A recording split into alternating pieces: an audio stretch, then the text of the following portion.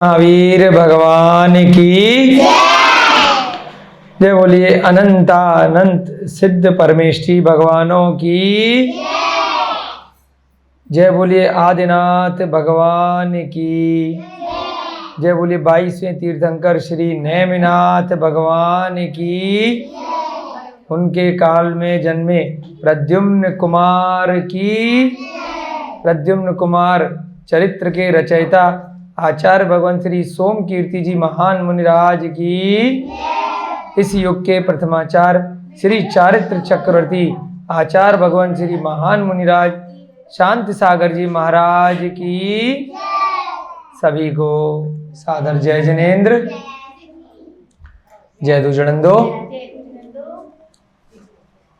हम लोग प्रद्युम्न कुमार चरित्र का बहुत ही मन के साथ में एकाग्रचित होकर के पिछले लगभग 1-2 माह निकल चुके हैं और पता भी नहीं चला कि किस प्रकार से हमने इतना सारा स्वाध्याय इतने अच्छे से कर लिया। कितना कुछ हमें सीखने को मिला है इस ग्रंथ के माध्यम से। ये हमारा पुण्य का उदय ही है जो यहाँ पर हम सभी को इस ग्रंथ को पढ़ने का, सुनने का सौभाग्य प्राप्त हुआ है। आज का स्वाध्याय आगे प्रारंभ करने से पहले प्रतिदिन की भांति हम सभी लोग जो भी यहाँ पे गुरुकुल के बच्चे हैं, बड़े हैं, अध्यापक हैं और अन्य जन हैं, वे सभी लोग मंगलाचरण करेंगे और उसके उपरांत ध्यान मग्न होकर के आगे का स्वाध्याय सुनने का प्रयत्न करेंगे। सभी लोग हाथ जोड़ लीजिए और मंगलाचरण साथ साथ करेंगे। मंगलम भगवान वीरो, मंगलम गौतमो गड़ी, मंगलम कुंद कुंदाद्यौ, जैन धर्मोस्तु मंगलम। सर्वमंगल मांगल्यम सर्व कल्याणकारकम, प्रधानम सर्वधर्माणम, जैनम जयतु शासनम, जैनम जयतु शासनम, जैनम जयतु शासनम। सर्वे श्रोतारः सावधानतया शृण्वन्तु। आचार्य सोमकीर्ति जी महाराज द्वारा रचित यह प्रद्युम्न कुमार चरित्र हम सभी के मोक्ष मार्ग में सहभागी बने, ऐसी भावना के साथ में उस मोक्ष पथ के अभिलाषी उस प्रद्युम्न कुमार के चरित्र का हम सभी लोग वाचन कर रहे हैं, श्रवण कर रहे हैं। अब तक आपने पढ़ा सुना कि किस प्रकार से इस संसार में चतुर्गतियां का भ्रमण होता है। वही जीव कभी किसी भव में पर्याय बदलने मात्र से किसी जीव का पुत्र बन जाता है तो फिर अन्य भव में पति बन जाता है, कभी पत्नी बन जाता है तो कभी माता बन जाता है, कभी पिता बन जाता है तो पुत्र बन जाता है, कभी पुत्री बन जाता है। ऐसा नहीं है कि कोई जीव यदि स्त्री लिंग में है तो वह सर्वदा हमेशा स्त्री पर्याय में ही अगले भव में जाएगा, ऐसा कोई जरूरी नहीं है। हाँ, अधिकतम चांसेस ज़्यादा रहते हैं कि स्त्री पर्याय से वह फिर से स्त्री पर्याय में जाएगा, क्योंकि स्त्री पर्याय को पुरुष पर्याय से थोड़ा सा नीचे माना गया है, भले ही वह जननी है। तीर्थंकरों तक के जन्म, महापुरुषों तक के जन्म कभी भी पुरुष के गर्भ से नहीं हो सकते। जन्म लेना होगा किसी भी मनुष्य त्रियंच पर्याय में। यदि नपुंसक जाति के जीव 1 से 4 इंद्रिय के नहीं है, पंचेंद्रिय त्रियंच अथवा मनुष्य, तो जननी हमेशा स्त्री ही होगी। उसके बाद भी स्त्री को बहुत सारे अन्य कष्ट रहा करते हैं, थोड़ा सा अधिक दुख रहेगा, अधिक मोह रहेगा। इस कारण से स्त्री की जो जाति है उसको पुरुष जाति से कंपैरेटिवली तुलनात्मक रूप से थोड़ा सा कमतर आंका गया है, क्योंकि स्त्री की पर्याय से यदि मनुष्य पर्याय मिली तो उस भव से यदि सब कुछ ठीक भी हुआ, काल सही हुआ, क्षेत्र सही हुआ, फिर भी उस भव से वह अंतिम भव करके मोक्ष नहीं जा सकती। उसको अगले भव में पुरुष पर्याय में जन्म लेना पड़ेगा, उसके बाद वह मोक्ष जा सकती है। तो पुरुष पर्याय लेने के लिए स्त्री को तप करना पड़ेगा। उसको आचार्यों ने कहा है स्त्री पर्याय का छेदन करना, यानी कि वहां से निकलना, वहां से फिर वो भविष्य में देव भी बन सकती है या सीधे विदेह क्षेत्र इत्यादि में जाकर के पुरुष की पर्याय भी धारण कर सकती है। उसके बाद वह मोक्ष जा सकती है। तो यहां क्या कहा कि पिछले भव का जो प्रद्युम्न कुमार का जीव था, राजा मधु का जीव था, उसकी बलात् बनाई गई पत्नी थी चंद्रप्रभा। उसने व्रत लिए, परंतु आपने देखा था उसने व्रत किस कारण से लिए कि जब उसने देखा कि उसके पति ने महाव्रत को धारण कर लिया है, मधु महाव्रती मुनि बन गया, कैटभ भी मुनि बन गया, अन्य रानी भी मुनि आर्यका बन गई, कैटभ की रानियों ने भी दीक्षा ले ली। तब चंद्रप्रभा ने यह देखा कि हेमरथ जो मेरा पूर्व पति है वह पागल हो गया और वर्तमान का पति दिगंबर मुनि हो गया। तब उसने जाकर के भी दीक्षा ले ली। उसके बाद व्रत किया, उपवास इत्यादि करे, ध्यान किया, मरण के बाद वह स्वर्ग में गई, परंतु देवी की पर्याय में ही रही। ध्यान रखिएगा, देव बन सकती थी। सीता के जीव ने भी ऐसा पद्म पुराण में उल्लेख आया है कि बहुत घोर तप किया, आर्यका के व्रत लिए, परिग्रहों का त्याग किया और स्त्री की पर्याय का छेदन करके आज उसका जीव देव पर्याय में है। समझ रहे? तो ऐसा वह जीव चंद्रप्रभा किसी कारण से तप में कमी रही होगी या तप के कारण में कमी रही होगी, है ना। तो आप जब भी कभी तप लेवें, यदि व्रत लें तो मजबूरी बस न लें कि अब मेरा पालनहार कोई नहीं है, चलो कोई काम नहीं है तो किसी साधु के पास चले जाते हैं, दाल रोटी का जुगाड़ हो जाएगा, है ना।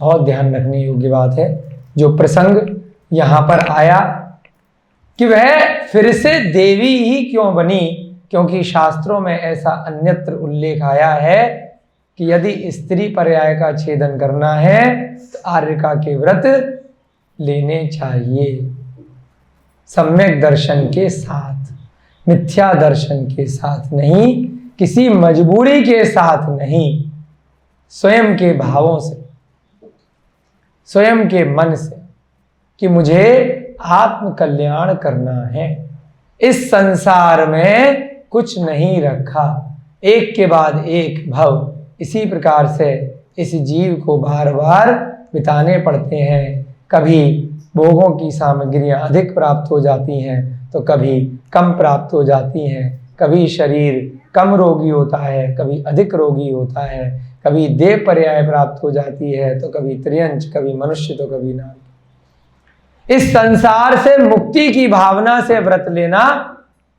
तो लेना, किसी मजबूरी के वश, किसी की देखा देखी मत लेना कि वो ले रहा है मेरे घर में तो मैं भी ले लेता हूं, उसने ले लिए, उसको इतना नाम हो रहा है, उन महाराज जी का बड़ा नाम हो गया व्रत लेने के बाद में, है ना, इतना वैभव हो गया, सारे संसार के बड़े बड़े जीव आकर के उन्हें पूज रहे हैं, अच्छी अच्छी भक्ति कर रहे हैं, जो साधन उनके पास पहले नहीं थे आज वे साधन है। तो ये देख करके यदि आपने व्रत ले लिए तो उसका कोई भी फायदा नहीं है, क्योंकि वह कल्याण स्वरूप व्रत नहीं है। आत्म कल्याण के स्वरूप व्रत लेना, यहां यह पर इस प्रसंग में यह उल्लेख आया है। जो हमारे मन के विचार थे, हमने चिंतन किया। जब कल का स्वाध्याय पढ़ा तो ये हमारे मन में चिंतन आया कि जब चंद्रप्रभा ने पिछले भव में आर्यका की दीक्षा ले ली थी, तो उसके बाद वह देवी क्यों बन पाई, वह देव क्यों नहीं बनी, और पुनः वह स्त्री जाति में फिर से कनकमाला बन गई, और उसके बाद उसकी ऐसी चेष्टाएं कुत्सित क्यों हो गई कि वर्तमान के अपने पुत्र पर ही वह आकर्षित हो गई, मोहित हो गई, अपने पुत्र को ही पति बनाने के लिए लालायित हो गई। कितनी गंभीर कुत्सित परिणाम जगत के, न्याय के, कुल के विरुद्ध कि पुत्र को पति बनाने के लिए वह इस प्रकार का आडंबर रच रही है, और उसको एक काल्पनिक, कपोल काल्पनिक कथा कह रही है कि जिस दिन 6 दिन का तू अबोध बालक था, उसी दिन मैंने तुझे उठाते ही प्रण कर लिया था कि जब तू युवा होगा तो तेरा वरण करूंगी। आज तू युवा हो गया है और इसलिए मैंने तेरा वरण करने का निश्चय किया है। कितने गलत विचार उस माता के मन में आ रहे हैं, जिसको इतने जीवन भर 16 साल तक पाल पोस करके बड़ा किया। आज काम बाण से वह स्त्री कितने बुने विचारों की हो गई है कि अपने ही पुत्र को लोक परंपरा के विरुद्ध वरण करना चाह रही है। सब कुछ भूल गई, नीति, न्याय, सन्मार्ग इत्यादि इत्यादि सब कुछ भूल गई है। क्यों भूल गई है? क्योंकि कहीं ना कहीं पिछले भव के उस आत्मा में संस्कार रह गए हैं, मोहनीय कर्म बचा हुआ है। पहले राजा मधु की जो हालत थी पिछले भव में कि जब तक चंद्रप्रभा नहीं मिलेगी खाना पीना छोड़ करके मरण के लिए तत्पर हो गया था, आज इस भव में वह रानी कनकमाला की हालत हो गई है कि जब तक वह प्रद्युम्न हमें अपना नहीं लेगा तब तक हम अन्नपान भोजन नहीं करेंगे, मरण को प्राप्त हो जाएंगे। जैसे ही प्रद्युम्न को इस बात का पता चलता है, वह महल की ओर, अपनी मां के महल की ओर जाता है। मां उसको आलिंगन करने के उद्देश्य से उठ खड़ी होती है और कहती है, तू आ गया, यदि तुम मेरी इच्छा की पूर्ति नहीं करोगे तो मेरा मरण समझोगे और स्त्री हत्या का तुम्हें पाप लगेगा। उसको इस प्रकार से ब्लैकमेल भी कर रही है अब कि स्वयं की माता की हत्या का पाप लगेगा, इसलिए जैसा मैं कहती हूं वैसा करो। कितना गलत कार्य। तुरंत प्रद्युम्न को एक प्रकार से वैराग्य हो गया कि ये क्या हो रहा है। जिस स्त्री को मैं अपनी माता समझता था वह ये कैसे बात कर रही है। आज इस मनुष्य पर्याय के कारण, इस रूप सौंदर्य के कारण, इस कामदेव मेरा बन जाने के कारण ये क्या हो गया। प्रजा की स्त्रियां तो स्त्रियां हैं, बाहर की हैं, उनका क्या कहा जा सकता है, परंतु स्वयं की माता ही मेरे ऊपर इस प्रकार से मोहित हो रही है तो वह वहां से उठ भाग खड़ा होता है, मरे तो मरे, मेरा क्या। और माता को वहीं छोड़ करके सीधे जंगल की ओर भाग खड़ा होता है कि इस संसार में अब कुछ नहीं रखा, सब बेकार के चक्कर हैं। पिछले भव की पत्नी, इस भव की मां, पूर्व भव के संस्कार, बड़ा होते ही मोह आ गया। जंगल में जाता है, एक महाराज जी मिलते हैं, महाराज जी के पास में सीधे डायरेक्ट प्रश्न कर देता है। क्या नाम था महाराज जी के जो आचार्य थे? क्या नाम बताया था कल? श्रीवर सागर। श्रीवर सागर के वो महाराज हैं, दिगंबर मुनि हैं, अवधि ज्ञानी है। उनसे सीधे प्रश्न करता है, महाराज जी बाकी बातें छोड़ो, ये बताओ कि मेरी माता मुझ पे मोहित क्यों हो रही है, क्या ये संसार का चक्र है। तुरंत महाराज अपने अवधि ज्ञान से जान लेते हैं कौन है, क्या आया है और किस माता की बात कर रहा है। तुरंत बता देते हैं कि बेटा इसमें तेरा कोई दोष वर्तमान का नहीं है, पिछले भाव में तूने उसे जबरन पत्नी बनाया था, उसके बाद वह देवी बन गई थी, तुमने सुखों का उपभोग किया था, आज उस कारण से वह तुम पर आकर्षित हो गई है। भले ही कहने को तुम पुत्र हो, परंतु आत्मा तो दोनों की वही है, घूम फिर करके। तो उस आत्मा में कार्बन शरीर के वश से जो संस्कार बचे रह गए हैं, पूरी तरह से निर्जरा को प्राप्त नहीं हुए, उस कारण से तुम्हें देख करके, तुम्हारी युवावस्था देख करके उसे प्रीति राग उत्पन्न हुआ है। परंतु अभी समय नहीं आया है, तो इसलिए तुम वापस जाओ और वह तुम्हें कुछ विद्याएं दे देगी। तुम्हारे पूर्व भव की जो, इस भव की जो माता है, रुक्मणी है, वास्तविक माता, वह तुम्हारी राह द्वारका नगरी में देख रही है। नारद मुनि ने भी सिमंदर स्वामी से समोसरण में सुन लिया था कि जब प्रद्युम्न 16 वर्ष का हो जाएगा तो 16 विद्याएं, 16 लाभ और 2 विद्याएं लेकर के द्वारका नगरी में वापस आ जाएगा। तो इस प्रकार से उसके पास में, उस कनकमाला के पास में विद्याधरी होने के कारण से 2 विद्याएं हैं जो बहुत ही अमूल्य हैं। 16 लाभ जो तुमने शायद प्राप्त किए हैं, उनसे भी ज्यादा अमूल्य 2 विद्याएं हैं। तो उन विद्याओं को तुम छल पूर्वक उस देवी कनकमाला से ग्रहण कर लो और उसके बाद तुम अपने माता के पास द्वारका नगरी चले जाना। तो इसलिए अभी तुम्हें वापस जाना है। क्यों? क्योंकि ऐसा होना लिखा है, हमारे कहने से नहीं जाना है। नहीं भी जाओगे तो ऐसा होएगा ही होएगा, किसी भी कारण से वह तुम पे आकर्षित होकर के अपनी दोनों विद्याएं वो तुमको दे देगी। उसको तुम्हें लेना चाहिए। तो ऐसा निवेदन सुन करके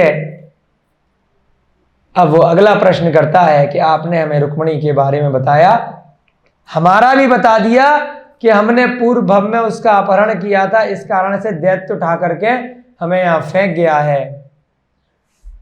पहले तो उसका कनकमाला के ही जीव का अपहरण किया था। देखिए संसार की नीति, थोड़ा चिंतन कीजिए।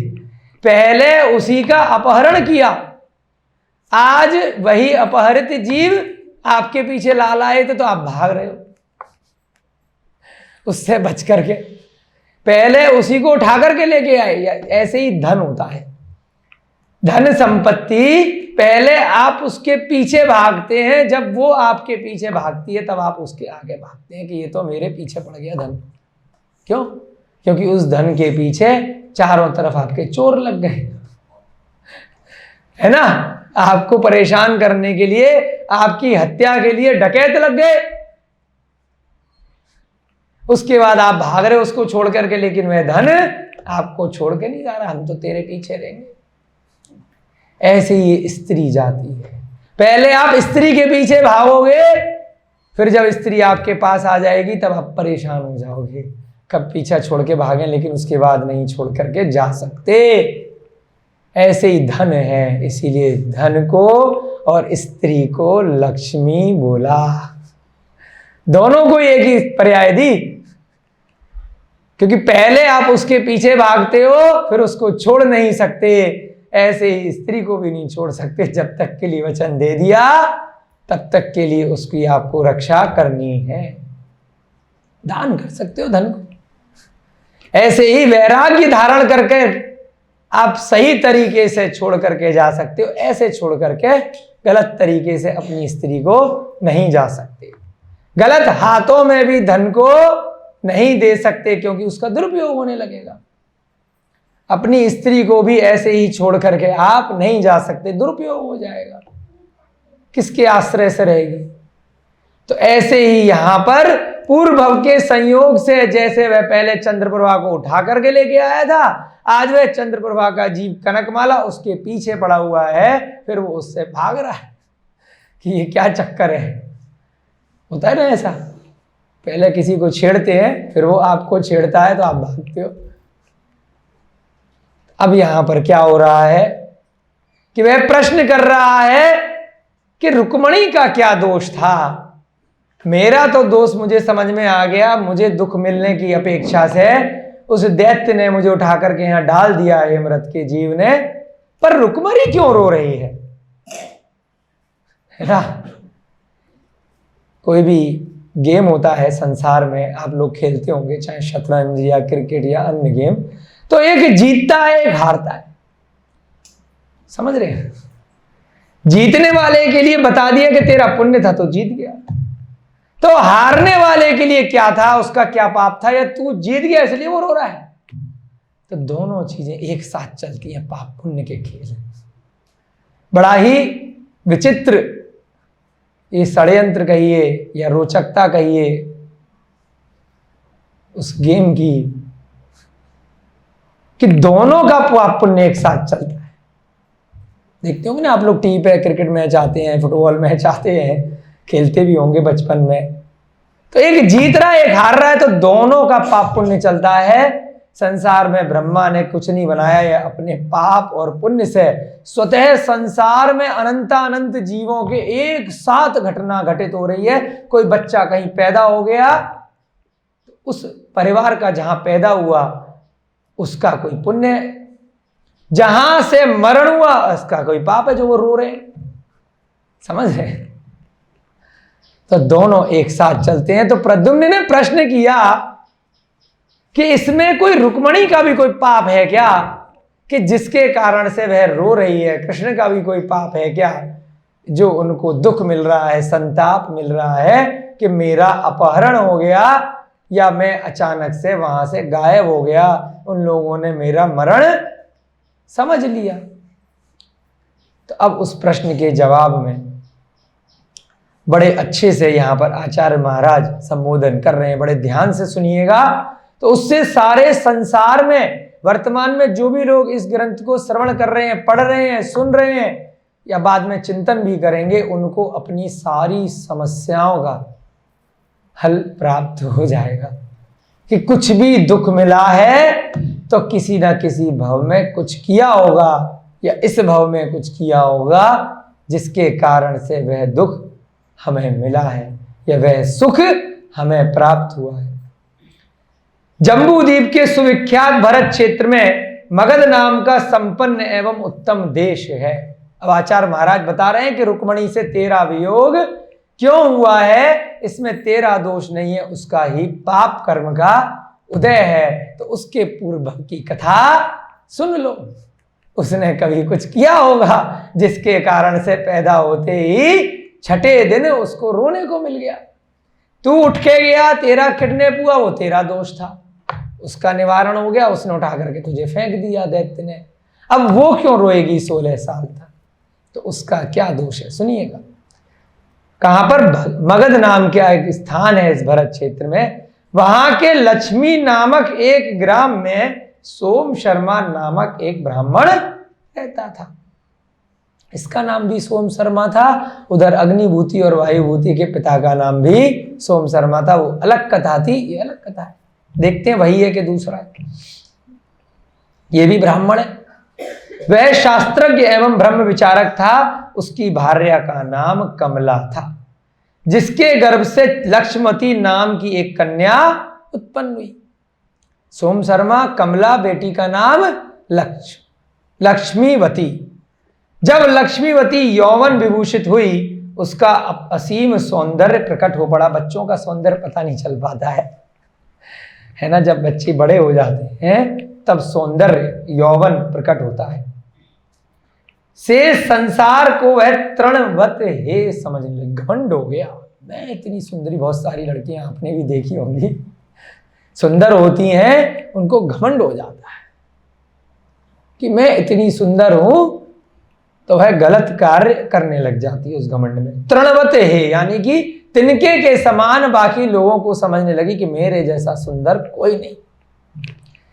संयोग से एक दिन क्या हुआ, एक मास उपवासी मुनिराज उसके गृह पर आहार हेतु पधारे। अपनी मुद्रा लेकर के आहार के लिए उसके घर में एक मास उपवासी, पहले के मुनि क्या करते थे, एक एक महीने तक ध्यान में बैठते थे, उसके बाद उपवास के लिए, बाद आहार के लिए निकलते थे। अभी अपने शरीर की सामर्थ्य इतनी नहीं है। कुछ मुनि महाराज जैसे सन्मति सागर थे, अभी प्रसन्न सागर इत्यादि बहुत सारे मुनि महाराज हैं, सिंह निष्कीर्ण उपवास इत्यादि करने का साहस कर लेते हैं। है ना। अन्य लोगों के साहस नहीं हो पाते। एक विश्वस्त सागर महाराज जी थे, उनका समाधि हो गया अभी कुछ वर्ष पहले, उन्होंने भी किया था।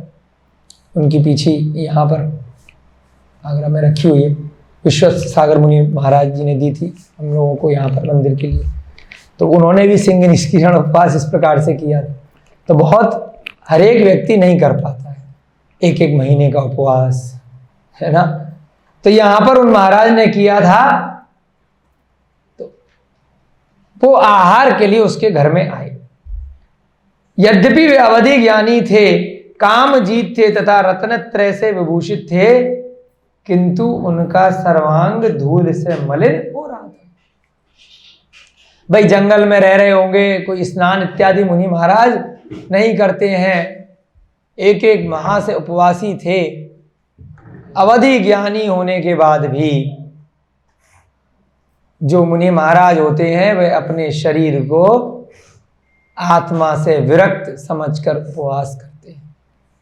शरीर में किस प्रकार से रोग हैं इसकी उन्हें चिंता नहीं होती है। हजारों दंश मशक यानी कीड़े, मच्छर, मक्खी, तथैया, मधुमक्खी, सर्प इत्यादि भी एक साथ उन्हें डस लें, फिर भी उनका मन विचलित नहीं होता है। 2-3 दिन पहले हमें एक बर तथैया ने काट लिया था, तब हमें सारे ग्रंथ याद आ गए थे कि शरीर आत्मा से अलग है ना। तो ऐसे वह जीव उपवास करते हैं और व्रतों में ध्यान मग्न रहते हैं। तो जिस कारण से शरीर के जो भी रोग हैं, कष्ट हैं, उसको सर्वथा आत्मा से पृथक समझते हैं। बाहुबली भगवान के लिए आपने सुना होगा ना, किस प्रकार से पेड़ लग गए उनके शरीर में, 1 वर्ष तक खड़े रहे एक ही मुद्रा में। बेलें लग गई, लताएं लग गई, पेड़ पौधे हो गए, सर्पों ने बिल बना लिए उनके शरीर में, लेकिन हिले नहीं, है ना।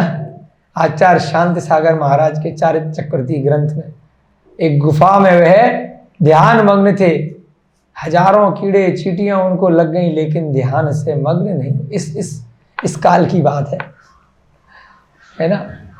जब तक अन्य लोगों ने आकर के देख नहीं लिया कि महाराज जी इतनी देर हो गई, कई घंटे हो गए, ध्यान से निकले नहीं, जब जाकर के देखा तब इस प्रकार से उन जीवों को हटाया कि उन जीवों को भी नुकसान न पहुंचे, उनमें से भी किसी का मरण न हो। ऐसे जीव विरले जीव होते हैं, ऐसे ही नहीं बन गए वो चारित्र चक्रवर्ती। जब बाद में बताया, उन्हें तो ध्यान में अपनी आत्मा और शरीर को अलग मान रहे थे। जिसको वह ध्यान में समझते थे वह उसका साक्षात्कार कर रहे थे कि सिद्ध शिला पर किस प्रकार से मेरा यह जीव सिद्ध भूमि पर बैठा है और जहां आत्मा अलग है, शरीर है ही नहीं, ऐसे ध्यान में वह बैठे रहे। तो ऐसे विरले जीव इस भाव में भी, इस पंचम काल में भी जन्म लिया करते हैं, जो साक्षात्कार करते हैं ग्रंथों में जो लिखा है। तभी तो उन्हें कहा प्रथम आचार्य चारित्र चक्रवर्ती। यहाँ क्या है, वह अवधि ज्ञानी है, रत्नों से विभूषित हैं, रत्नत्रय के पालन करने वाले हैं, फिर भी धूल से उनका शरीर मलिन है, गंदा है। अब वह स्त्री जो अपने घमंड में चूर है, नव युवती क्या सोच रही है, देखिए। लक्ष्मीवती अपने सुंदर रूप को दर्पण में निहार रही है, जैसे पहले की घटना में रुक्मणी निहार रही थी और नारद मुनि मलिन अवस्था में आए थे। तो नारद ने क्या कर दिया, वह सत्यभामा निहार रही थी, रुक्मणी नहीं, सत्यभामा निहार रही थी। तो नारद ने कैसे बदला लिया, ध्यान है, अभी बताता हूं, तेरी सौतन लेकर के आता हूं। और यहां क्या हुआ, यहां तो मुनि है, ये नारद नहीं है, ठीक है ना। लक्ष्मी मणि रूप अपना निहार रही थी दर्पण में, आहा मैं कितनी सुंदर हूं, मैं इतनी सुंदर हूं, मैं क्या करूं। गाना भी आ गया आजकल, कोई नीचे बजा रहा था एक दिन, है ना। तो पागल हो जाती हैं लड़कियां, क्या करूं भैया, डूब मर चुल्लू भर पानी में, और क्या करूं। ज्यादा घमंड ना कर क्योंकि पिछले भव से वह रूप मिला है, पागल क्यों हो रही है? अंदर तो हाड़ मांस का वही है, सबके अंदर वही मल मूत्र रक्त है ना, अंदर ढांचा वही है। बाहर का रूप अभी है, 10-20 साल बाद हो जाएगा कंकाल वैसा ही। जब खाल खिंच जाएगी, बुढ़ापा आएगा, रोग हो जाएंगे, हॉस्पिटल में पड़े रहोगे, तो वही हाल होगा यदि व्रत उपवास इत्यादि नहीं करेगा। पीछे से आगंतुक मुनि की छाया दर्पण में दिखाई दी। मुनि आ रहे हैं आहार के लिए। अपने प्रतिबिंब के निकट मुनि की छाया देखकर उसे बड़ा अभिमान हुआ, बड़ा घमंड हुआ। पिछले भव की कथा बता रहे हैं रुक्मणी की, है ना, कि क्यों रो रही है 16 साल, पल पल इंतजार क्यों कर रही है। घमंड में चूर है उस रूप के कि मुनि महाराज को भी कुछ नहीं समझा। उसने विचार किया कि कहां मेरा मनोज्ञ रूप और कहां ये मुनि का है निंदनीय स्वरूप, कहां से मेरे दर्पण में, हे भगवान, थू थू थू। उसने मुनि के स्वरूप की निंदा कर घोर पाप अर्जित किया। नारद की तरह उन्होंने कोई श्राप नहीं दिया या सौतन उठा करके नहीं लिया, अपने पाप के कर्म बांध लिए अनजाने में, बेमतलब, फिजूल में। इसलिए आचार्य कहते हैं जो भी कुछ मिला है बेटा, अच्छा रूप, अच्छा कुल, अच्छा धन, अच्छे मित्र, अच्छा परिवार, अच्छा ज्ञान इत्यादि इत्यादि, उसे अपने पूर्व भाव का पुण्य मानना। घमंड मत कर लेना कि मैं इतना श्रेष्ठ, मैं इतना धनवान, मेरे अंडर इतने लोग। घमंड जिस दिन कर लिया सब खत्म, है ना। जो भी ग्रंथों में पढ़ा है उसको एकमात्र सुनने के लिए, प्रवचन सुनना, प्रवचन देने के लिए मत मानना। उसको जितना संभव हो जब परिस्थिति आए चरित्र में उतारने का प्रयास करना। हम भी बार बार यही कोशिश करते हैं कि कहीं भूल से भी हमसे कोई भूल ना हो जाए। जो पढ़ रहे हैं, पढ़ा रहे हैं, उसको बार बार पूरे दिन में 23 घंटे जो बचे हैं उसमें 7-8 घंटे सोने के निकल जाते हैं, 1 घंटे का स्वाध्याय हो जाता है। तो जब भी कोई परिस्थिति आती है तो उसमें चिंतन करते हैं कि कहीं हमसे इस ग्रंथ के विपरीत कोई कार्य जाने अनजाने में न हो जाए, हमारे अंदर भी ऐसा कोई अभिमान, घमंड इत्यादि ना आ जाए। पूरे दिन कोशिश करते हैं, फिर भी मनुष्य पर्याय है ना। कुछ गलतियां स्वाभाविक हैं, हो जाती होंगी कृतकार्यत अनुमोदना से, तो उसके लिए भी फिर व्रत करने पड़ते हैं, उपवास करने पड़ते हैं कि अनजाने में कुछ गलतियां हो गई हो। कुछ नियम लेने पड़ते हैं कि उनसे जो दोष लग गए हो उनका पाप का उदय हे प्रभु ना आए, उनकी निर्जरा हो जाए। तो यहां क्या कर लिया उस स्त्री ने? उस घमंड में चूर होकर के घोर पाप का बंध कर लिया। इतने बड़े मुनि महाराज, अवधि ज्ञानी, और ऐसे विचार किसी को कुछ कहा नहीं है। देखिए भावों में ही विचार आया है कि कहां से ये गंदा जीव आ गया, हे भगवान मेरे दर्पण में दोष लगा दिया। क्या हुआ इसके पाप के, सोच के देखिए। इस पाप के उदय से वह कुछ समय बाद कुष्ठ रोग से पीड़ित हो गई। कुष्ठ, कोड़ी बन गई, कोड़ी। रुक्मणी के पूर्व भव की कथाएं चल रही हैं अभी तो। जब वो लक्ष्मीवती थी, जो ज्यादा घमंड करते हैं ना, मेरी बॉडी, आहा, बाद में क्या होता है, हवा निकल जाती है सारी, है ना। कुष्ठ तक हो जाता है उनको।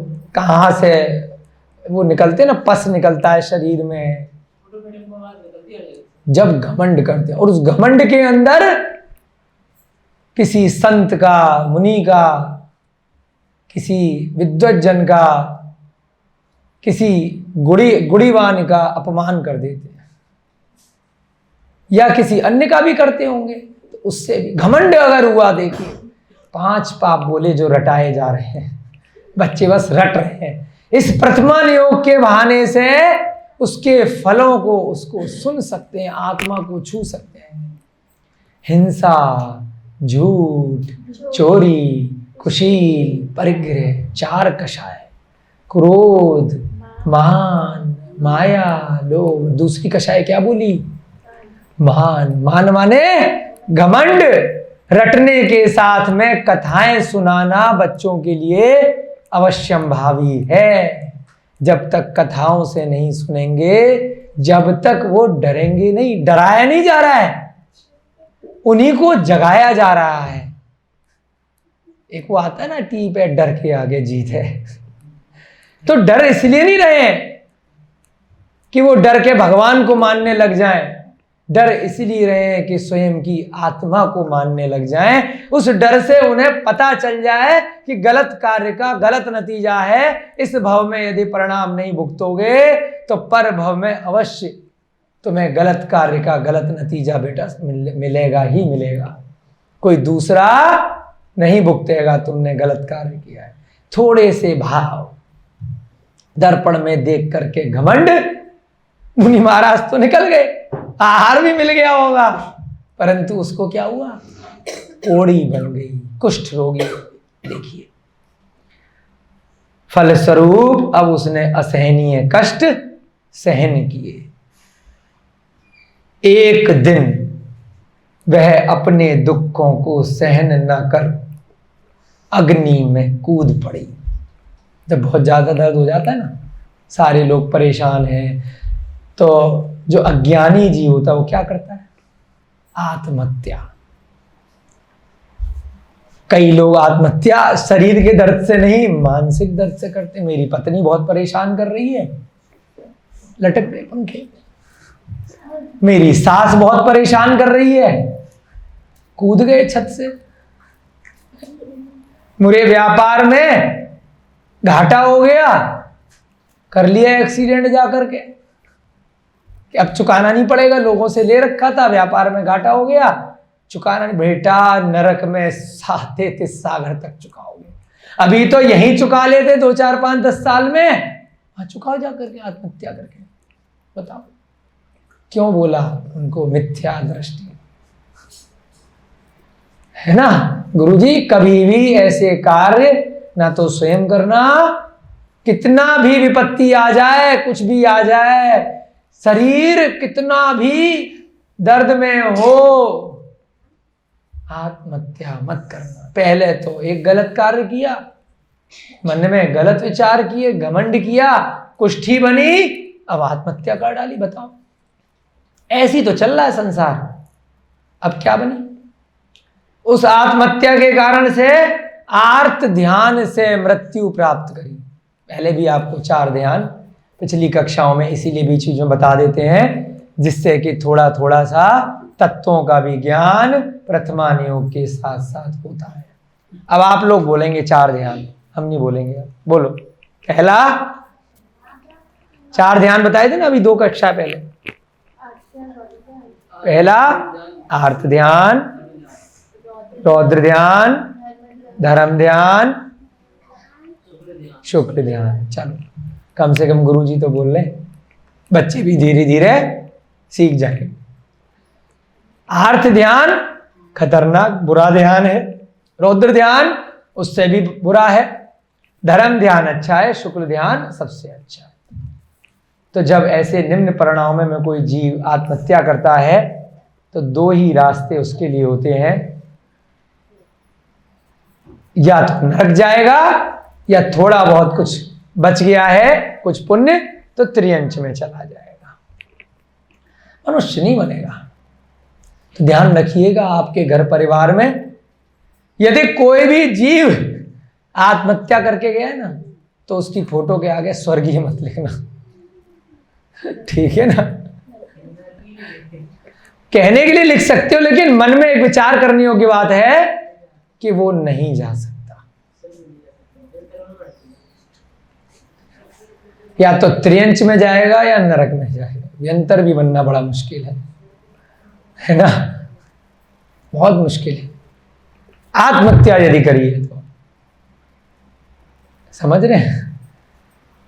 जैन ग्रंथों में जो सूतक पातक की लिस्ट दी है, पढ़िए कभी आपने गुरुजी?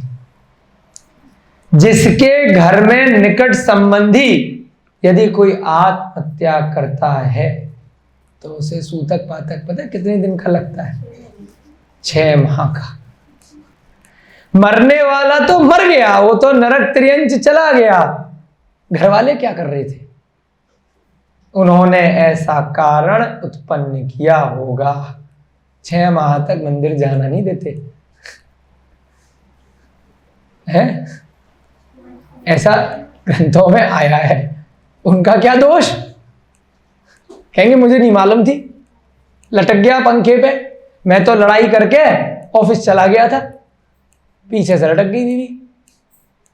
तुमने कारण उत्पन्न किया, तुम भी निमित्त बने,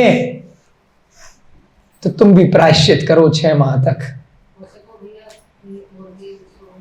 हाँ वही तो इसलिए कहा कि अब देखिएगा क्या बनी। एक एक ऐसे शब्दों पे हम थोड़ा सा ज्यादा ध्यान देते हैं, क्योंकि यहां पर खाली कथा को भगाने का प्रयोजन नहीं है, हमें आत्मा तक वह कथा छूनी चाहिए। यदि हमारे मन में किसी भी कारण से ऐसे विकल्प संसार के दुखों के कारण से गलती से भी आ रहे हो, तो शॉर्टकट में उस दुख का समाधान आत्महत्या कभी भी मत मानिएगा। पहले बताया घमंड मत करना, क्योंकि घमंड करा अपने कर्मों से ही तो कुष्ठी बनी, उसके बाद उसको समता से झेलती, वह तो किया नहीं, उसके बाद और ज्यादा पाप कर लिया कि आत्महत्या कर ली। कहां कितनी सौंदर्य युवती और कहां आर्त ध्यान से मृत्यु प्राप्त कर पापोदय से गधी बन गई। क्या बन गई? गधी यानी गर्दभी, जो गधे घूम रहे हैं अपने अस्पताल में। पिछले भव में क्या पता आपसे भी ज्यादा रानी रही हो, है? क्या बन गई? गधी। गधैया बोलते हैं ना, एक भववादी। कितना खतरनाक है ये चतुर्गतियों का चक्कर।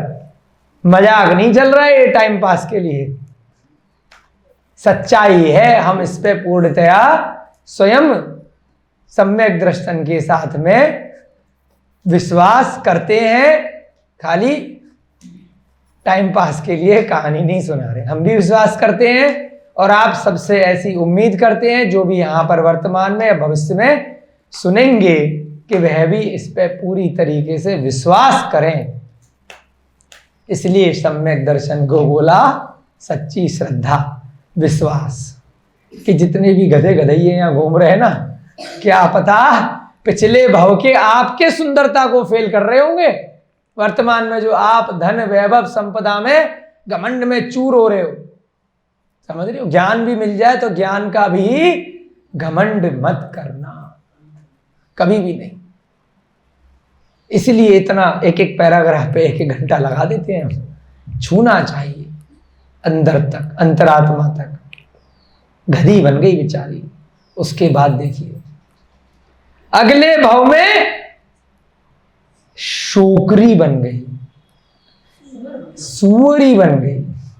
इतनी जल्दी थोड़ी ना त्रिंच पर्याय छूटती है। एक पाप कहां ले जा रहा है, ऐसी थोड़ी ना अनंत जीव घूम रहे हैं। एक बार मांस खाया तो क्या होगा, अरे आनंद आ रहा है।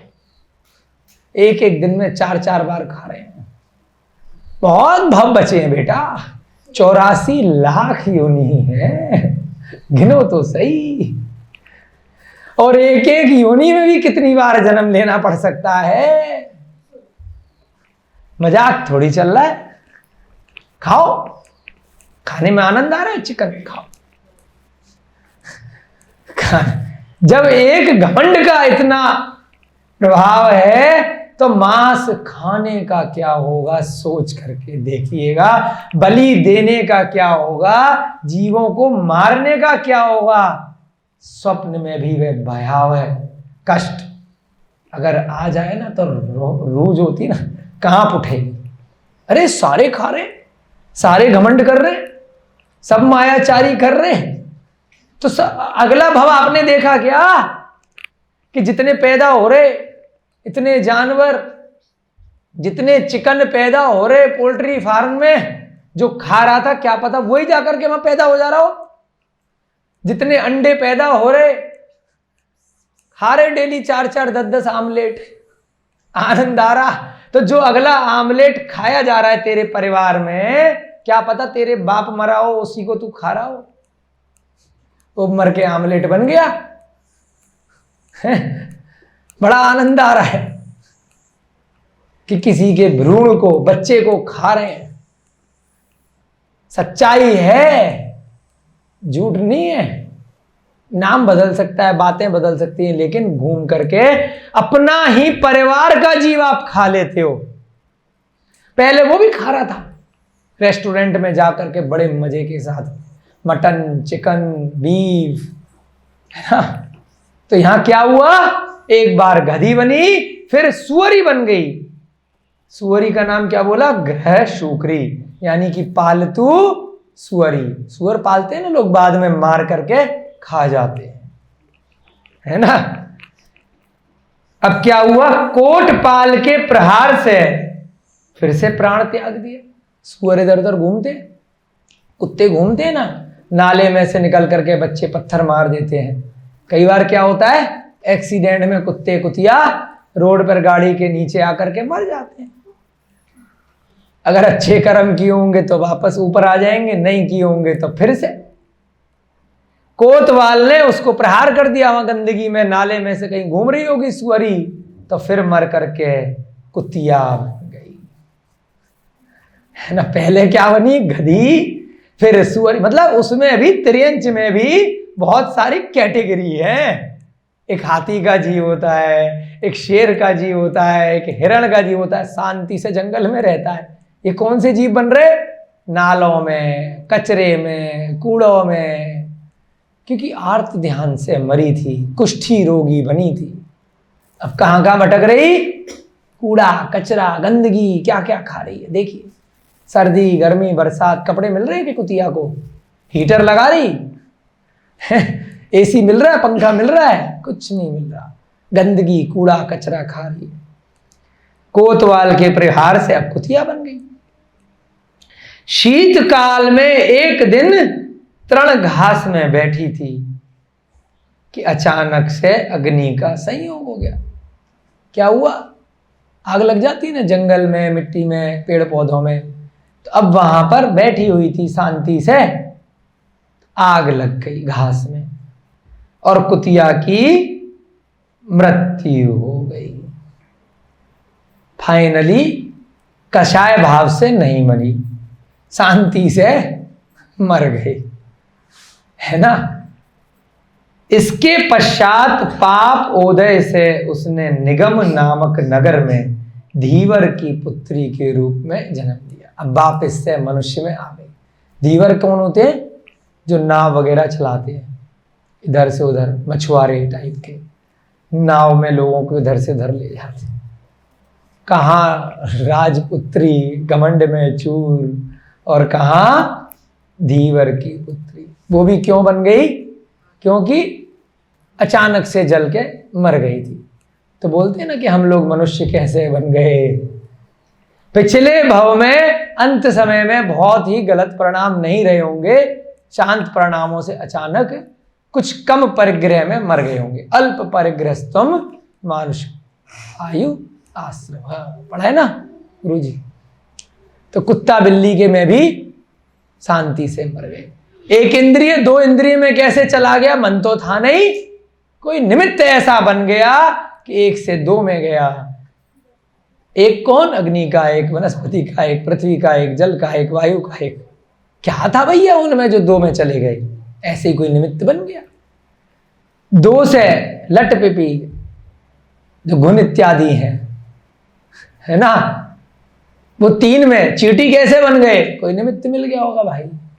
चींटी से मच्छर कैसे बन गए, कोई निमित्त मिल गया होगा इसी प्रकार से। और मच्छर से कबूतर कैसे बन गए, गिद्ध कैसे बन गए, फिर कोई निमित्त मिला होगा, कोई दिमाग नहीं चलाया मच्छर की पर्याय में। उस कबूतर से, उस हाथी से, उस कुतिया से, उस कुत्ते से, उस सूअर से, गधे से हम सभी लोग फिर से कोई ऐसा निमित्त बना जो आज मनुष्य बन गए। और मनुष्य में फिर यहां कोई निमित्त बिना, जो स्वाध्याय सुन लिया, ऊपर जाना है तो सुन लो, मनन चिंतन और अमल कर लो, नहीं करोगे तो फिर बहुत 84 लाख योनि है संसार अनादिकाल से चल रहा है। चलना है उसको, तो चलना है ना। आप और हम लोग उसके चलने में सहयोग करेंगे तो चलता रहेगा, हम नहीं सहयोग करेंगे, हम आगे निकल जाएंगे, तब भी चलता रहेगा। ये मत समझना कि मैं 7 पीढ़ी तक धन संचय इत्यादि करके छोड़ के जाऊंगा तभी मेरी 7 पीढ़ी चलेंगी, और नहीं संचय करूंगा तो ये सारे की सारी पीछे की पीढ़ी मर जाएंगी, वो तब भी चलेंगी। समझ रहे हैं बात को? आप निकल जाओ अच्छे मार्ग पे, तब भी आपकी पीढ़ी चलेंगी, अपने पुण्य से, अपने पाप से, अपने कर्म से। नहीं छोड़ के जाओगे तब भी चलेंगी। आप निकल जाओ, इसीलिए स्वाध्याय कराया जा रहा है। आप आगे निकल जाओ, पीछे जगत को छोड़ जाओ, ज्यादा चक्कर में, मोह में मत पड़ो, क्योंकि उनके पीछे पीछे भागोगे तो तुम भी वहीं घूमते रहोगे, गोल गोल गोल गोल। आप आगे निकलो। उस बेचारी को क्या जन्म मिला? धीवर की पुत्री के रूप में जन्म मिला, परंतु अभी पाप बचा था ना, इतनी आसानी से खत्म नहीं हो पा रहा है। धीवर की पुत्री बन गई, लेकिन देह फिर से वही निंद्य तथा दुर्गंध युक्त बनी। बचपन से ही होता है ना कि इसके शरीर से बड़ी बदबू आती है। कुछ मनुष्यों में आपने देखा होगा, कोई हमारे ऑफिस में आ जाए, भाई बड़ी बदबू आ रही है, उसके मोजे पहन के आता है, भैया 15 मिनट तक तू अपने पैर धो के आ। हाँ, अभी भैया पकड़ रहे हैं धीरे धीरे। इतनी दुर्गंध उसके शरीर से आती थी कि कोई बिठाने को क्यों तैयार नहीं था। पूर्व में उसने मन में मुनि की निंदा की थी, कुष्ठी रोगी बनी थी, कोढ़ हो गया था।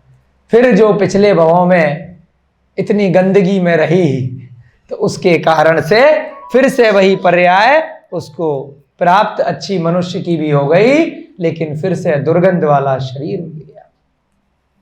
इसलिए कुटुंब वालों ने उसे घर से निकाल दिया।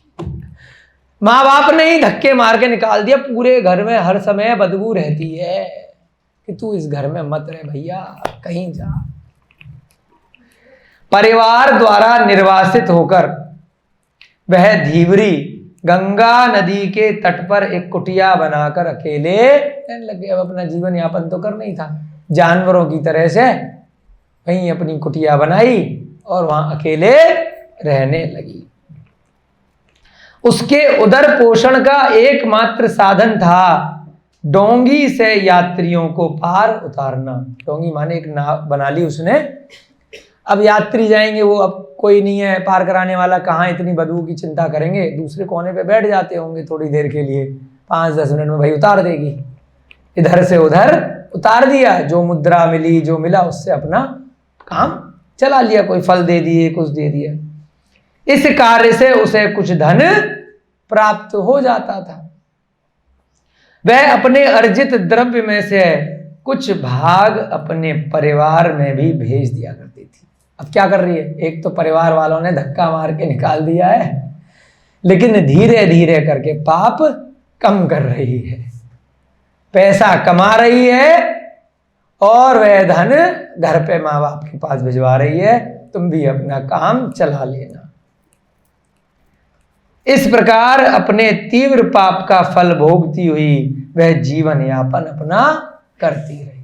बहुत बार होता है ना, जिनका पति निकृष्ट होता है, शराब पीता है, उनकी बेचारों की जो पत्नियां होती हैं वह कहीं गृह कार्य करती हैं, कुछ भी कार्य करके मेहनत मजदूरी करके उस अपने घर पे घर चलाती हैं मजबूरी में। होता है ऐसा, वर्तमान में भी देखने को मिलता है। तो ऐसा ही माँ बाप ने घर से निकाल दिया, फिर भी वह बेटी घर चला रही है। उसका नाम दुर्गंधा पड़ गया, नाम ही पड़ गया कि जहां जाती है बहुत दुर्गंध आती है, तो उसको लोग दुर्गंध, अच्छा वो दुर्गंधा, उसका नाम ही दुर्गंधा पड़ गया।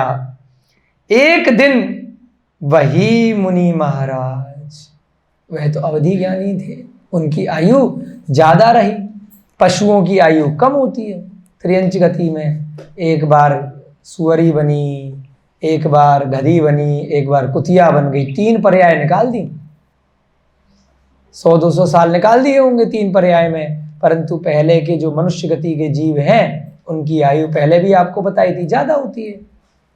मुनि महाराज वहीं की वहीं अभी घूम रहे थे। एक दिन वही मुनि महाराज गंगा नदी के तट पर पधारे। उन्हें तो मालूम ही नहीं है कि इसने अपने मन में मेरे बारे में, उन्होंने कोई श्राप नहीं दिया था ना कथाओं में, मुनि महाराज का कोई कर दिया, संत का कुछ कर दिया तो संत ने श्राप दे दिया। अरे भाई संत किस बात के, संत तो साक्षात क्षमा की मूर्ति होते हैं। उन्हें अपने किसी ने तारीफ कर दी या किसी ने बुराई कर दी, उन्हें क्या प्रयोजन है? प्रशंसा से या अप्रशंसा से उनका मन विचलित नहीं होता है। यदि संत श्राप देने लग गए तो संत पाप का बंद कर लेंगे, उनको निम्न गति हो जाएगी अगले भाव में। संत कभी भी खुद से श्राप नहीं देते, दिगंबर संत क्षमा की प्रतिमूर्ति होते हैं, रत्नत्रय होते हैं उनका। तो अग्निभूति और वायुभूति को क्या उन संत ने श्राप दिया था कि वो तो अपने कारण से, उस देव ने आकर के उनको काष्ठ बनाया था, काष्ठ से मुक्ति प्राप्त करती उन्होंने क्षमादान देकर, उन्होंने तो व्रत दिए थे कि तुम भी आगे बढ़ो। और यहां उन संत को अब देखिए क्या होता है, जिनकी इसने पूर्व भव में निंदा करी थी वही संत विहार करते हुए उस गंगा नदी के तट से निकले।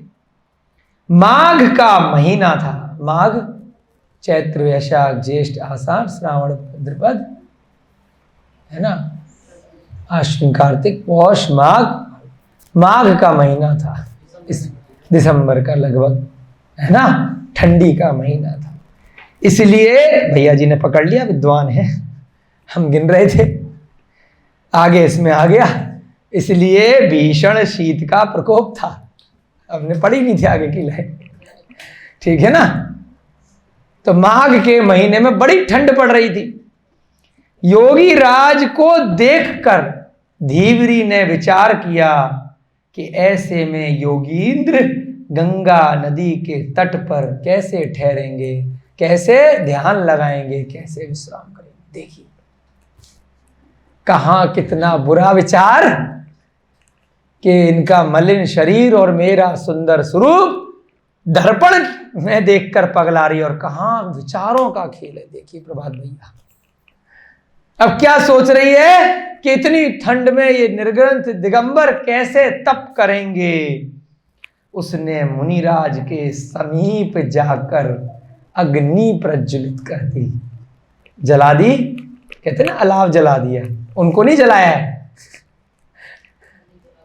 मुनि महाराज को अग्नि नहीं चाहिए, उनको तो परिचय सहन करना उनका नियम है, शरीर अलग आत्मा अलग।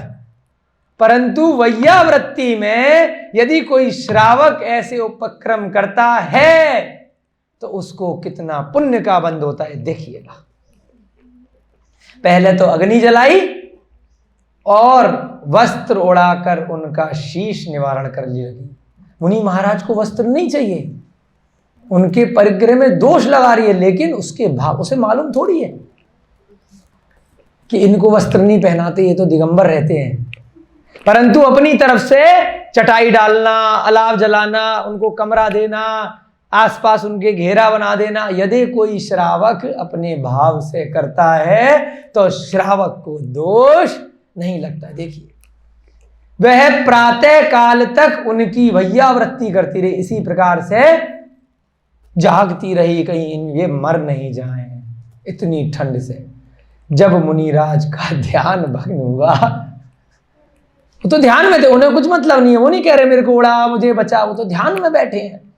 तो उन्होंने कहा, बहुत ध्यान से देखिएगा, हे पुत्री लक्ष्मीवती। क्या नाम लिया? निर्ग्रंथ। क्या नाम लिया? दुर्गंधा नाम नहीं लिया। हे पुत्री लक्ष्मीवती, सुनकर के पढ़ करके अश्रु आ रहे हैं। हे पुत्री लक्ष्मीवती। किस प्रकार से इस संसार के चक्र होते हैं। कुशल तो है, पूछ रहे हैं। अपना नया नाम सुनकर धीवरी ने विचार किया कि योगींद्र क्या कह रहे हैं। एकदम झटका लग गया कि मेरा नाम तो दुर्गंधा है, ये मेरा नाम लक्ष्मीवती कैसे कह रहे हैं। जैन शासन को धारण करने वाले साधु कभी असत्य नहीं बोलते, ऐसा उसने सुन रखा था। अवश्य ही कुछ ना कुछ रहस्य है। विचार करते ही उसे मूर्छा आ गई। आत्मा में वह लक्ष्मीवती नाम कहीं छुपा हुआ था। बेहोश हो गई।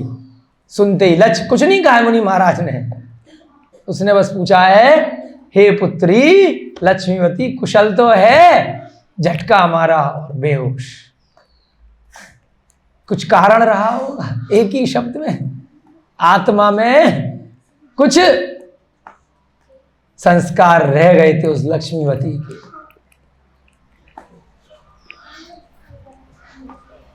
अब सचेत होने क्या हुआ, एवं मूर्छा के साथ ही उसे जाति स्मरण हो आया। हमने पहले ही बताया, जैसे प्रवर का उदाहरण आया था और अन्य उदाहरण आए थे। अचानक से पूर्व भव का कोई जीव सामने आ जाएगा, कोई कारण सामने आ जाएगा, तो अवधि ज्ञान से भी बीच में एक स्मरण आता है, जाति स्मरण।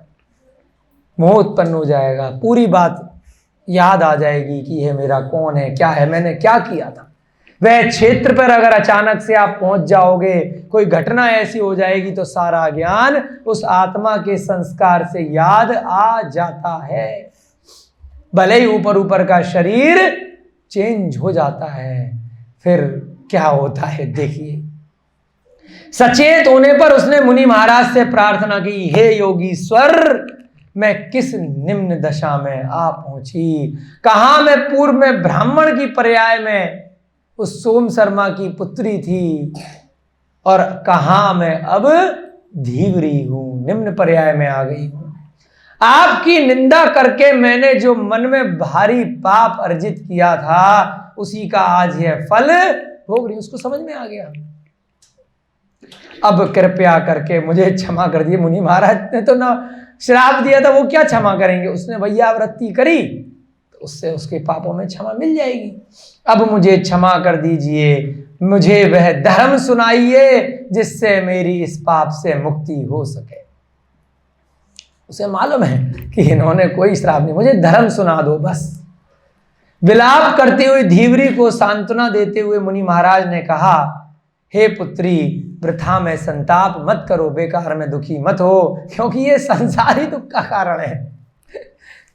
जितने भी और जीव यहाँ भटक रहे हैं, सब किसी ना किसी इसी कारण से घूम फिर रहे हैं। बेटा तेरी कोई गलती नहीं है। जितने भी और जानवर दिख रहे हैं और मनुष्य दिख रहे हैं, तेरे और भी धीवरी माँ बाप हैं, वे भी तो ऐसे ही घूम फिर के आए होंगे। संसार में असंख्यात जीव चारों तरफ दिख रहे हैं, अनंत जीव ऐसे जो दिख ही नहीं रहे, है ना। यहाँ संख्यात जीव हम गिन लेंगे, पूरे देश में गिनेंगे तो असंख्यात हैं, संसार में गिनेंगे तो अनंत अनंत है। सब संसार में ऐसे ही घूम रहे हैं, सबकी व्यथा एक जैसी है, तू चिंता मत कर। ये संसार ही दुख का कारण है। अतएव अब काल व्यर्थ न गवाकर जिनेंद्र भगवान के धर्म को धारण कर। कहीं नहीं कहा कि केवल जो जैन कुल में जन्म लिया है वही जैन धर्म को धारण करेगा। शास्त्रों में उदाहरण है। इस धर्म में तो धीवरी बनी है, वो भी धर्म को धारण कर रही है, देखिए, है ना। कोई रजिस्ट्री टिकट नहीं है कि वो ही धर्म को धारण करेगा। कोई भी कर सकता है जिसे इस संसार से मुक्ति प्राप्त करनी है, जिसे दोबारा से त्रियंच नरक की पर्याय नहीं चाहिए, वो किसी भी कुल में जाति में उत्पन्न हुआ हो, वह जिनेंद्र भगवान का धर्म तो संसार के सब जीवों के लिए है, कोई भी धारण कर सकता है। उसको बोला कि बिना अब काल गवाए बिना धर्म को धारण कर, तू पूर्व जन्म के पापों के कारण ही निंद्य कुल में उत्पन्न हुई है, अब तुम गृहस्थ धर्म में अनुरक्त होकर अरहंत देव द्वारा उपदेशित जैन धर्म का पालन करो। उसी पर्याय में, वहीं धीवरी में, दुर्गंधा में, यहीं पे व्रत ले ले, किसने मना किया है? मुनि महाराज ने सम्यक्त सहित 12 प्रकार के धर्म उस धीवरी को समझाए।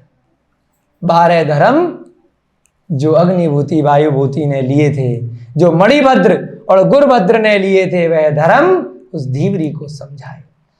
तत्पश्चात परम दयालु मुनिराज तपस्या हेतु आगे गमन कर गए। 12 जन्म से मतलब व्रत से है कि एक देश व्रत, क्योंकि आर्य लेडीज जो है महाव्रत धारण नहीं कर सकती। लेडीज जो है चाहे माता जी भी बन जाए, आर्यका बन जाए, उसे उत्तम श्रावक माना गया है। तो इसलिए आर्यका के व्रत भी उत्तम श्रावक की श्रेणी में आते हैं। उत्तम मध्यम जघन्य में 3 श्रेणी हैं। जो 12 व्रत लेते हैं, 11 प्रथमा तक व्रत लेते हैं, चुल्लक, ऐलक, आर्यका, ये 12 व्रतों में आते हैं, है ना। महाव्रती तो दिगंबर ही कहे गए हैं, है ना, ग्रंथों के हिसाब से। अन्य धर्मों में जो भी, चाहे अपने जैन धर्म के अंदर भी श्वेतांबर इत्यादि अन्य अन्य धर्म हैं, उनमें भी क्योंकि वस्त्र इत्यादि का परिग्रह है, इस कारण से उत्तम श्रेणी के श्रावक में ही कहा गया है। कहने के लिए एक सम्मान की दृष्टि से महाव्रती बोले जा सकते हैं, ज्ञान की दृष्टि से, व्रतों की दृष्टि से, परंतु अगर ग्रंथों का आप स्वाध्याय करेंगे तो उस हिसाब से निर्ग्रंथ नहीं है, दिगंबर नहीं है, सर्वत्र तरीके से परिग्रह का त्याग नहीं किया है, इस कारण से। तो 12 व्रत दिलवाए, आर्यका इत्यादि बन गई। तत्पश्चात परम दयालु मुनि महाराज तपस्या हेतु गमन कर गए, और धीवरी ने जिन धर्म का पालन में अहर्निश सन्नद्ध रहकर कुछ काल तक उसी कुटिया में रहकर ध्यान में तत्पर रही। काल क्रम से वह वक्षा कौशल नाम की नगरी में गई। अब वह वहीं पर अपने व्रत उपवास करती हुई विहार कर गई। एक नगर था पास में, वक्षा कौशल, वहां पहुंची। वहां अब वो जिनेंद्र भगवान के मंदिर में गई। भाई जब एक बार धर्म अपना लेता है तो कहीं भी जाएगा तो ढूंढेगा कहाँ मंदिर है, कहाँ जिनेंद्र भगवान का जैन मंदिर है, तो वो ढूंढती पहुंच गई। वहां उसे एक आर्यका मिली। कौन? धर्मपालिनी नाम की एक आर्यका मिली। क्योंकि जो माता जी मुनि महाराज साधारण तौर पे विहार करते हुए, दर्शन इत्यादि करते हुए जाते हैं, किसी न किसी मंदिर इत्यादि में ठहरते हैं। धर्मपालिनी नाम की आर्यका मिल गई। अब उस आर्यका ने भी धीवरी को बहुविधि से धर्मोपदेश सुनाया। अब जहां पर भी एक बार किसी की रुचि हो जाएगी तो बार बार जहां पर भी अन्य मुनि महाराज आर्यका मिलेंगे, ग्रंथ मिलेंगे, कुछ भी मिलेगा तो सुनाओ। तो वहां पर भी उनके प्रवचन उसने सुने। अब तो वह उसके बाद धर्म ध्यान में पूर्ण रूपेण तन्मय हो गई। अब 24 आवर बस धर्म ही धर्म, और ज्यादा होता है ना। एक बार, ये तो अग्नि है धर्म की, एक बार सुन ली और ऐसी पाप में प्रवृत्ति होती है। एक बार पाप में लग गए और पाप करेंगे और पाप करेंगे। अब वो क्या कर रही है? पूर्ण रूपेण तन्मय हो गई। एक दिन वह धीवरी उस अर्जिका के साथ राजगृह, अब उन्हीं के संग में शामिल हो गई। जहां जहां वो अर्जिका चल रही है उनके संग। ऐसी होता है ना, कोई धर्म जैसे हुआ, भाई मुनि महाराज के पास पहुंचे, उन्हें भी अच्छा लगा, अच्छा हमें चेला मिल गया, आप भी अच्छे थे, दोनों की जोड़ी बन गई, संग बन गया। उस अर्यका के साथ में राजगृह नगर में गई। अब उसने जिन मंदिर में जाकर के प्रणाम किया, नगर के बाहर ही गोपुर था। अर्जिका तो गोपुर की गुफा में प्रवेश कर ध्यान अस्त हो गई। जो आर्यका माता जी थी, राजगृह के बाहर जो गोपुर गुफा इत्यादि है, वहीं पर ध्यान में लग गई। धीवरी गुफा के बाहर ही जप ध्यान करने लगे। जो सीनियर होते हैं ना, सीनियर महाराज जी आचार्य हैं, वो अंदर बैठे हैं, छोटी सेविका है, चुल्लिका है, जो भी है बाहर बैठ गई सुरक्षा के लिए कि माता जी को कोई दिक्कत नहीं आए। कितना देखो धर्म, ये भी कितनी बड़ी भैया वृत्ति है। कोई छोटी व छोटे नहीं हो गए आप उसमें कि अपने आचार्य महाराज जो धर्म सुना रहे हैं, बड़े हैं, उनकी सेवा के लिए हम गेट के बाहर बैठ गए तो नहीं। देखिएगा क्या होता है, कुछ अच्छा हो रहा होगा।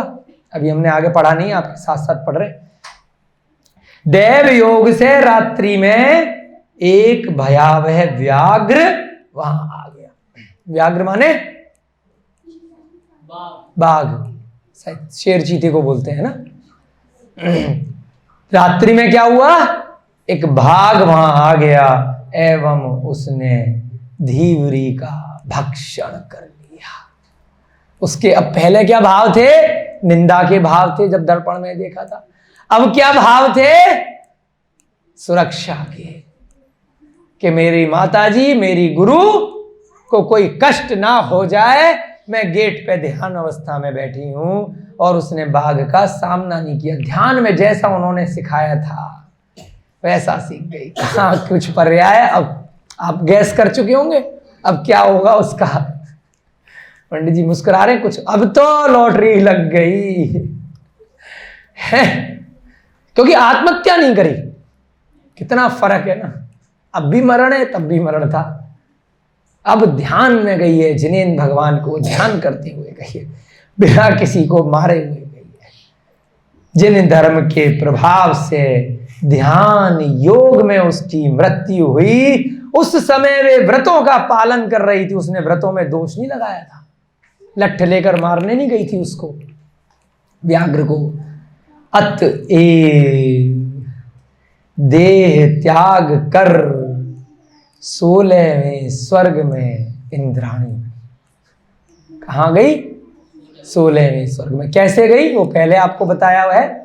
नीचे के स्वर्ग में जन्म लेती हैं, पूर्व भव का कोई देव इंद्राणी ऊपर ले जाकर बना लेता है ना। पुण्य के प्रभाव से उसने वहां चिरकाल तक सुखों का उपभोग किया।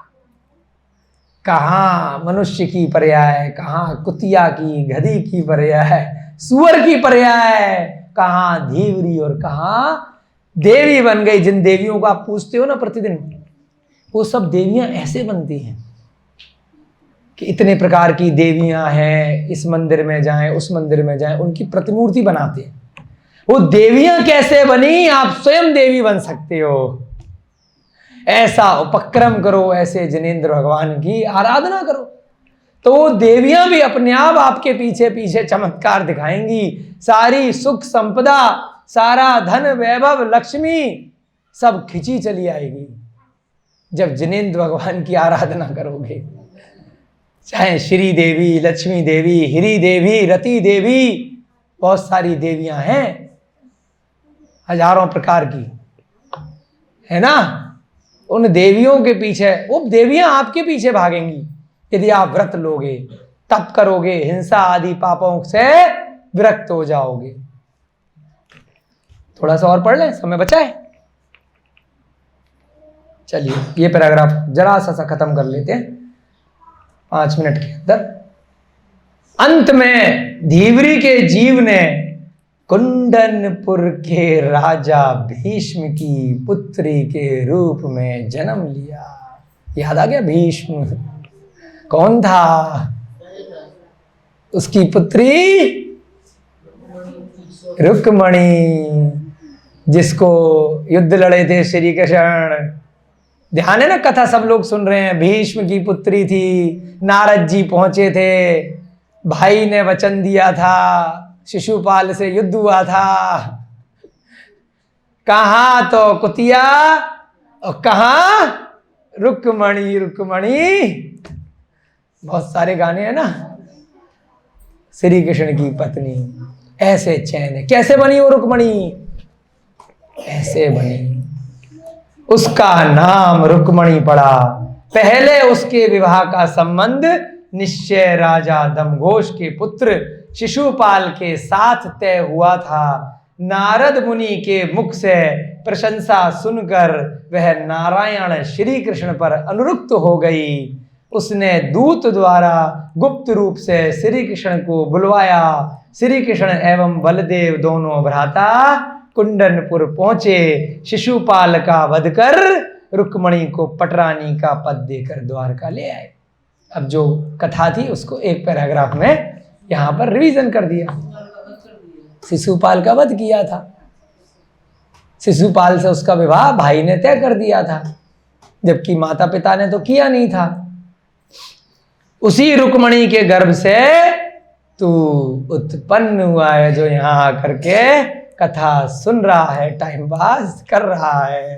तेरे पूर्व जन्म की कथा, तेरी पत्नी कनकमाला तेरी माता है, रुक्मणी जिसको वियोग हुआ है उसके कारण से तू यहाँ पर आया। अब प्रश्न अब फिर पूछा, जन्म के छठे दिन तुझे दैत्य हर करके ले गया था हेमरथ वाला। अभी प्रद्युम्न का पूरा प्रश्न खत्म नहीं हुआ। प्रद्युम्न ने फिर से प्रश्न किया, हे मुनिराज ये बात तो समझ में आ गई कि रुक्मणी ने ऐसे ऐसे किया था, पुण्य किया तो श्री कृष्ण की पत्नी बन गई, प्रद्युम्न को मेरे को उत्पन्न कर दिया। परंतु मेरा अपनी माता से वियोग किस पाप के उदय से हुआ है? इनका अभी 2 दिन पहले प्रश्न था, कक्षा के बाद इन्होंने पूछा था कि रुक्मणी की क्या गलती थी। अभी बताया ना, क्रिकेट का गेम है, एक जीता उसका पुण्य था, एक हारा तो वो क्यों रो रहा है? रुक्मणी ने तो पुण्य कर लिया, पिछले भव का पाप धो लिया, अब तू क्यों गया? तेरा किडनैप क्यों हुआ? वो क्यों रो रही है? यतिराज बोले, हे वत्स, अब इसमें तेरा कोई भी पाप का कारण नहीं। तेरा पाप था तूने चंद्रप्रभा को उठाया था, दैत्य ने तुझे उठा करके फेंक दिया, तेरा पाप वाला यहां खत्म हो गया। ठीक, अब रुक्मणी का क्या पाप था जिसके कारण से उसको फल मिला है? किडनैपिंग का फल किडनैपिंग। देखिए, यह वियोग तेरी माता के पूर्व जन्म एक और पापोदय से हुआ है। एक पाप तो उसने किया था जो मुनि महाराज की निंदा मन में की थी, जिसके कारण से वो सारे भव उसने बिगाड़े। एक पाप और उसने किया था। तो ऐसा नहीं है कि पूरे जीवन भर में आप एक पाप करोगे तो 100 पाप करोगे ना तो 100 बार सजा मिलेगी।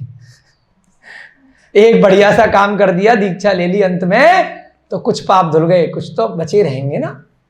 क्या पाप किया? जब वह लक्ष्मीवती ब्राह्मणी थी, जब महाराज जी को देखा था तो उसने एक और पाप किया था। क्या पाप किया था? बच्चों के लिए बड़ा महत्वपूर्ण है।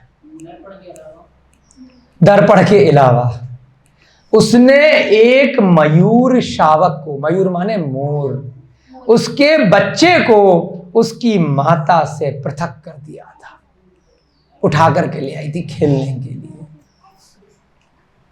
ऐसे ही नहीं है टाइम पास के लिए हम जो तोते के बच्चे को ले आकर के लगा देते हैं ना, क्या फल मिलेगा अगले भव में? ध्यान रखिएगा। उसका जीवन तो 2, 4, 6 महीने, 2, 4, 5, 10 साल, तुम्हारी जितनी आयु होगी तुम्हारा बच्चा कोई ना कोई उठा करके ले जाएगा। ऐसी चैन बनेगी जिसको आप सोच भी नहीं सकते कि उस दैत्य से उस रुक्मणी का क्या लेना देना था। पहले ही कहा है, पाप किसी के प्रति करोगे निमित्त कोई बनेगा। दैत्य का रुक्मणी से कोई बैर नहीं था। पाप करोगे अपनी सास के प्रति, बदला लेगी आपकी बहू। इतना बच्चा उठाकर एंटरटेनमेंट के लिए लेकर के आई थी। एक मयूर शावक को उसकी माता से पृथक कर दिया था। उसी वियोग जनित पाप के कारण से उसका तेरे से वियोग हुआ है। ऐसे ही नहीं है ये ग्रंथ, हवाबाजी नहीं है, एक एक चीज का लॉजिक है। ये तेरे 16 वर्ष माता के कर्म फल से उससे पृथक व्यतीत हुए हैं। 16 घंटे के लिए किया होगा, 16 महीने के लिए किया होगा, 16 साल ब्याज सहित चुकाने पड़ेंगे, क्योंकि 4 भव निकल गए ना बेटा। आप किसी से 100 रुपए लेकर के आओगे और बिना दिए जानबूझकर मर जाओगे तो 1 करोड़ चुकाने पड़ेंगे अगले भाव में, ठीक है ना। ब्याज लगेगा 4 भाव का, किसी और को चुकाओगे उसे, अगर वो नहीं भी आया तो मांगने, ठीक है ना। अगर गलती से भूलवश रह गए तो बात अलग है, जानबूझ के नहीं दे रहे, छल कपट के लिए। हे वत्स, इसलिए किसी का भी वियोग नहीं करना चाहिए, पाप का फल हानिप्रद होता है। मुनि महाराज का आदेश सुनकर प्रद्युम्न अब कनक सपनी राम कहानी सुनी और कनकमाला के महल की ओर चला गया। कितना बड़ा सम्यक दर्शन, एकमात्र पूर्व भवों की कथाएं आपको जिन दर्शन में ही मिलेगी, अन्यथा ऐसे सटीक लॉजिक, सही कारण कहीं पर भी सुनने को नहीं मिलेंगे। पहले भी आपको बताया है, आपके साथ कुछ भी अगर गलत हो रहा हो, आप अवधि ज्ञानी नहीं है, आपको जाति स्मरण नहीं हुआ है, यहाँ पर अवधि ज्ञानी मुनि महाराज नहीं है, आप इन उदाहरणों से मान लीजिएगा आपने कुछ किया था, उसका फल आप प्राप्त हो गया है और अब उसका आपका निर्जरा हो गई, उसका उदय आ गया। अब किसी से भी बदले की भावना मत रखिए। उस दैत्य ने बच्चे को उठाया था, रुक्मणी को चाहिए उस दैत्य से बदले की भावना ना रखें, उसका क्या लेना देना। किसी ने आपका कुछ ले लिया, चोरी कर ली, कुछ गलत कार्य कर लिया, कुछ भी आपका केस चल रहा है, कहीं पर भी कुछ भी आपके साथ XYZ कुछ भी गलत हुआ, आप जिसने गलत किया उसके पीछे मत पड़ जाना, वो तो मात्र निमित्त है, आपके स्वयं के पाप कर्म का उदय है जिसके कारण से उस व्यक्ति ने ऐसा कार्य किया, क्योंकि दोनों का कर्म एक साथ चलता है। आपको दुख मिला है आपके कर्म से मिला है, उसने दुख दिया है उसके कर्म से दिया है। जो चीज आपसे वियोग हुई है वो अपने कर्म से हुई, एक साथ बहुत सारी चीजें एक साथ चल रही हैं। आप कभी भी जिसने दुख दिया है उसके पीछे मत पड़ जाना। यहां यह बताने का प्रयास इस रुक्मणी के संवाद से आचार्य महाराज ने किया है कि रुक्मणी उस दैत्य के पीछे नहीं पड़ जाए कि अब तुझे नहीं छोड़ूंगी और कर्म बांध लेगी, है ना। तो ऐसा कार्य मत करना। ऐसे प्रद्युम्न कुमार चरित्र से हमें प्रतिदिन कुछ ना कुछ सीखने को मिल रहा है। हमारे जीवन चरित्र में कुछ ना कुछ प्रोन्नति हो, उन्नति हो, ऐसी हम सभी की यहाँ पे भावना है। जय बोलिए महावीर भगवान की, जय बोलिए अनंता अनंत सिद्ध परमेष्ठी भगवानों की, आदिनाथ भगवान की, नैमिनाथ भगवान की, पार्श्वनाथ भगवान की, महावीर भगवान की, सोम कीर्ति जी महाराज की, चारित्र चक्रवर्ती आचार्य भगवान शांति सागर जी महान मुनिराज की, जिनवाणी की माता की। सभी को जय जनेन्द्र जय दो जणंदो। जिनवाणी की स्तुति करें।